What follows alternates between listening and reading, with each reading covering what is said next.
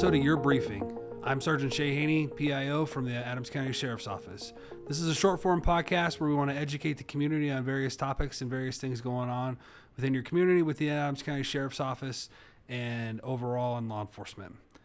Today we're going to talk about the difference between deputies, officers, and troopers. And we're also going to touch on a few things surrounding jurisdictions and things that the different agencies cover.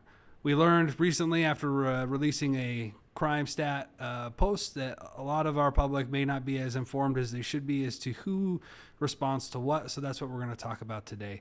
And then we're going to end with our tip of the week. We're going to talk about home cameras. We know cameras are a big issue, a big topic that everyone's worried about right now, but we're going to have some conversation around home cameras. All right, so let's get going. So we'll start with, it's our podcast and we're the Adams County Sheriff's Office. So let's start with deputies. What do deputies do? So we patrol the unincorporated parts of Adams County. That means if you live within, say, Thornton, Brighton, Commerce City, Northglenn, within the city, you're probably not going to see the Adams County Sheriff's Office. Areas that we patrol are near 70th and Broadway, 72nd and Pecos, 60th and Federal, if you're familiar with the area.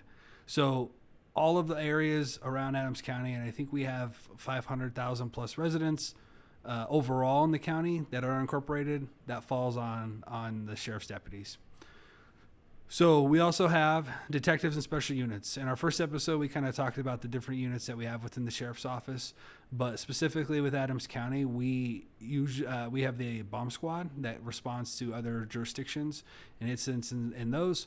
And we have our SWAT team. Those are typically our SWAT teams used for unincorporated Adams County only, but sometimes will help the cities out as well. Something unique to deputies, and this is across Colorado and probably across the nation, is we work in the jail. So our deputies are certified officers in our jail, and they're responsible for security within the facility and handling all of the arrestees and the inmates as they come in and out. The cities will bring their arrestees into us, and we'll take custody of those guys, and we're responsible for that. Another thing we handle is the civil processes. What is that? That's evictions and serving protection orders. Now, any officer in the state can serve protection orders. It doesn't matter, but the sheriff's office is a primary. The sheriff's offices are primarily responsible for that. We also work the courthouse. We're responsible for security there. And what's different than obviously the police departments is we work for the sheriff. The sheriff's an elected official. The police chiefs are not. And, jurisdiction-wise, like I said earlier, we talked about patrolling unincorporated Adams County, but we have jurisdiction over the entire county. So that's why sometimes you'll see deputies in Aurora and Northglenn and doing these various things. Most of the times those are civil deputies, but we do have jurisdiction across Adams County. So let's talk about officers. Police officers, they work for the police department. These guys patrol the incorporated portions of the city. So Thornton, Northglenn, Brighton, Commerce City, those guys are responsible for those areas.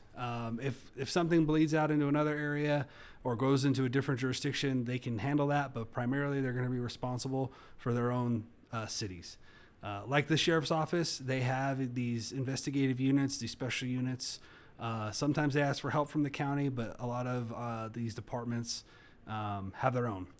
Places like Denver and Broomfield are cities and counties, so they have their own jails in their areas, but they're also their sheriff's offices or their sheriff's deputies usually just run the jail or do the civil processes while their police departments handle the calls for service. And like I said, when we talked about deputies, the PDs will bring us their arrestees. They don't house them. Aurora and Denver, Aurora has a city jail, and sometimes they'll bring them over.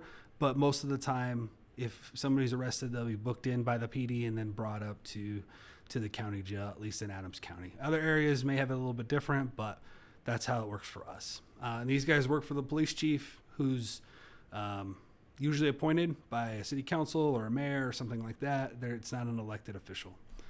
All right, troopers. So they're not AAA with a gun. We respect our troopers. They're great. They do good work, but they are responsible for traffic enforcement and accidents throughout Colorado, but primarily in the unincorporated areas. And so if you get an accident in an unincorporated area, we may come and help as the sheriff's office, but the primary jurisdiction that's responsible for that is going to be State Patrol. They're going to come, they're going to do the accident, and we will help them, but that's where that's where the investigation is going to come in. And so they're also responsible for protection for the governor, and they also do a lot of the escorts for the football teams and various dignitaries that come in, and they work for the chief of CSP, which is also called a colonel. All right. So, the things we have in common, we're all cops, right? Most of the time, the sheriff's deputies are certified. There are some deputies within different sheriff's offices that are not, that work at the jail. But it doesn't matter. We're all pushing forward the same goal, right? No matter what, you're going to have an officer come when you call 911, okay? It may be an officer from a certain jurisdiction and have to wait for a different one, but we're going to respond when people call for help. And then some other areas that we want to touch on just briefly that we haven't talked about yet, that the different cities and counties have, animal control. A lot of times the county has their own animal control that's not under the purview of the sheriff's office. Cities have their animal control sometimes tied to their police departments. But these are not usually officers, not usually certified officers, but they come out and they enforce the animal laws. Okay, code enforcement's another one. We work hand in hand with all these departments, but code enforcement will respond to kind of nuisance properties, abandoned properties, those types of deals. So those are typically not certified officers either. At the county, we have community safety and well-being. They handle some of those types of incidents too. We also have park rangers that handle some of the stuff in the parks. They kind of look like us, kind of like the Colorado State Park Rangers and Department of Wildlife. Some departments have community service officers. I started with Westminster when they had community service officers when I was 19, but Brighton I think has some, and so those are people you might see. Traffic investigators. Sometimes departments will have civilians doing just traffic enforcement. And then if a state ticket needs to be written, they'll call for an officer. And then co-responders. So co-responders at the sheriff's office, they're integrated into the sheriff's office. They're part of our program. They ride around with our officers. Obviously, they're not patrol officers. They're not certified deputies, but they are there to help. And they're clinicians. They're there to follow up with our community and handle whatever follow-up is necessary during these mental health issues. Okay? All right, so we're going to finish with the tip of the week. So we talked about cameras. Cameras are a big topic. Ring cameras, home cameras, flock cameras, all of the cameras. What we're going to talk about now are ring cameras, okay?